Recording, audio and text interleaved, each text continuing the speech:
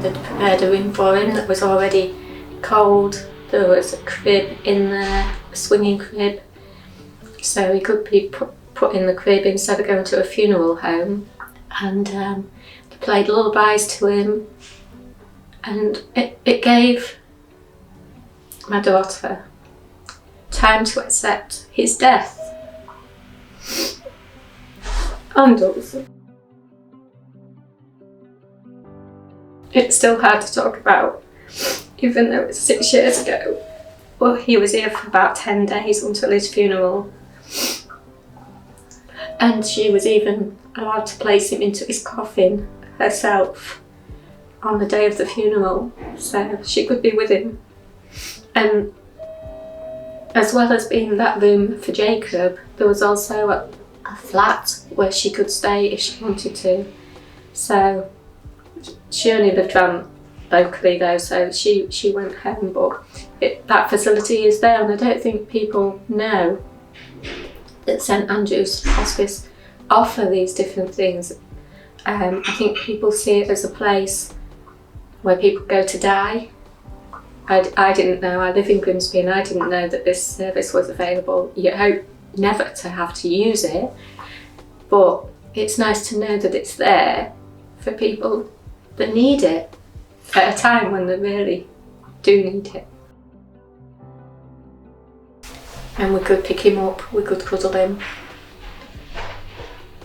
You can't do that in a funeral home. Even to providing coffee and biscuits, you know, for when we visited Jacob, you know, the staff couldn't do enough for us.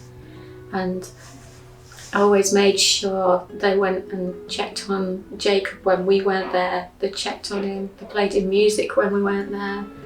So we knew he was being looked after, even though we wasn't with him 24 hours a day.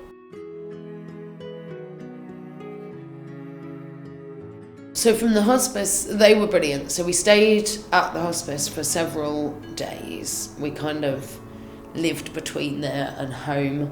Like all my family came up the day that she died. So my sister had already been with us, my brother and my parents, and everyone kind of descended on the hospice. And then so I feel like it was a week, but I don't think it was that long, because I remember that we had to move the body because it was starting to break down. So anyway, I don't really remember how long it was, but it was just so nice to be able to have a space where she was, and we could kind of slowly, in our own time, come to terms with what happened and go home but not go home. So I really didn't want to go home at all, but my husband really did. So eventually, I think it was about 2 days before I went home. But it meant that we got that very slow transition that we were all able to do in our own time, which was really nice. And then we arranged the funeral, and we had the funeral, and there wasn't. Recently, I've had some excellent support from the hospice, bereavement support, but at the time the hospice was actually going through loads of transitions. They didn't have much in the way of counselling and stuff available. But now they do. I mean, now they do. Their family support team is phenomenal.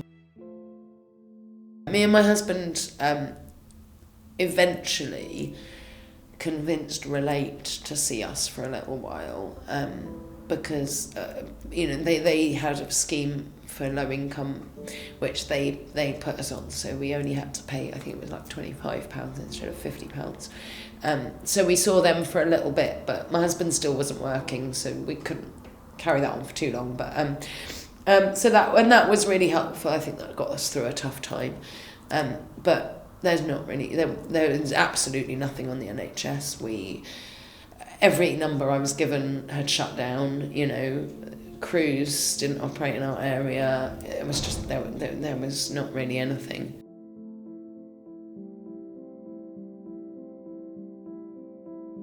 We have our own in-house bereavement team.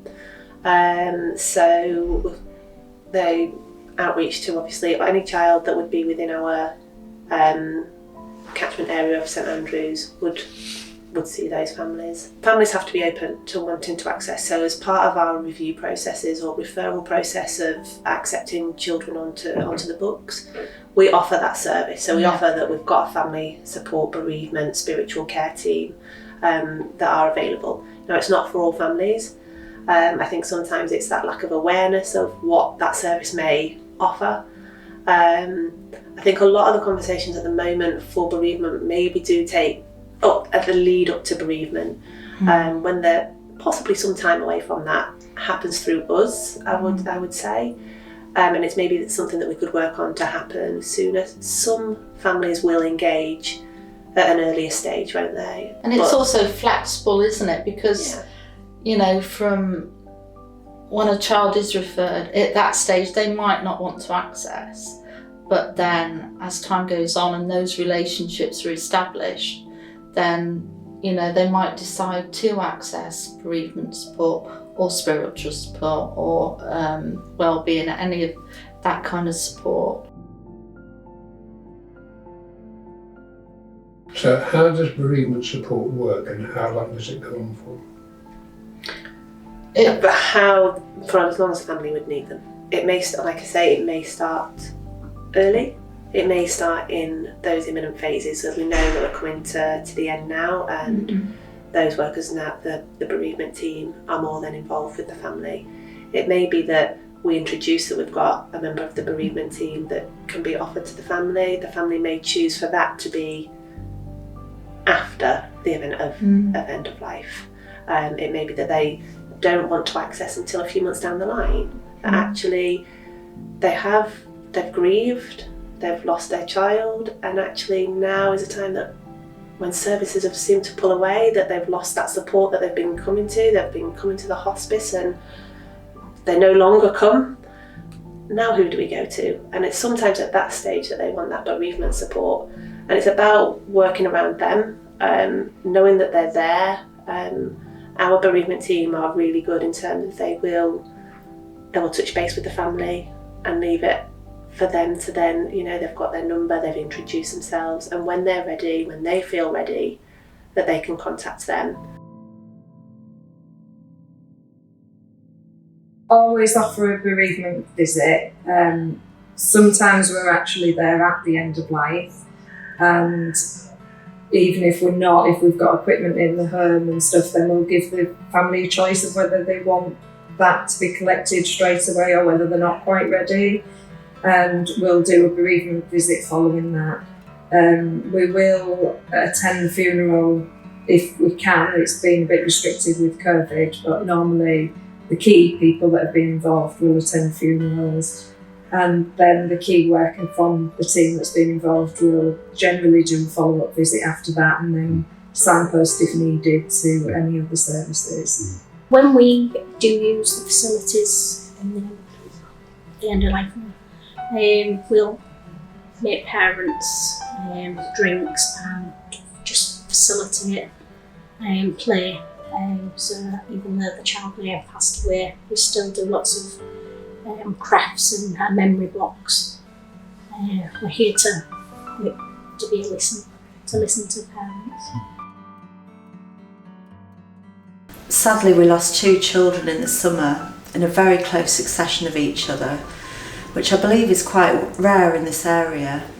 I gather the families wanted very different things, so it was about us adapting to exactly what the parents want and what the family want, and just doing everything on an individual basis to suit that family's needs. The child I cared for was only diagnosed with the condition in February of this year, and then became quite unwell in a short space of time. It was only about 3 weeks until he passed away.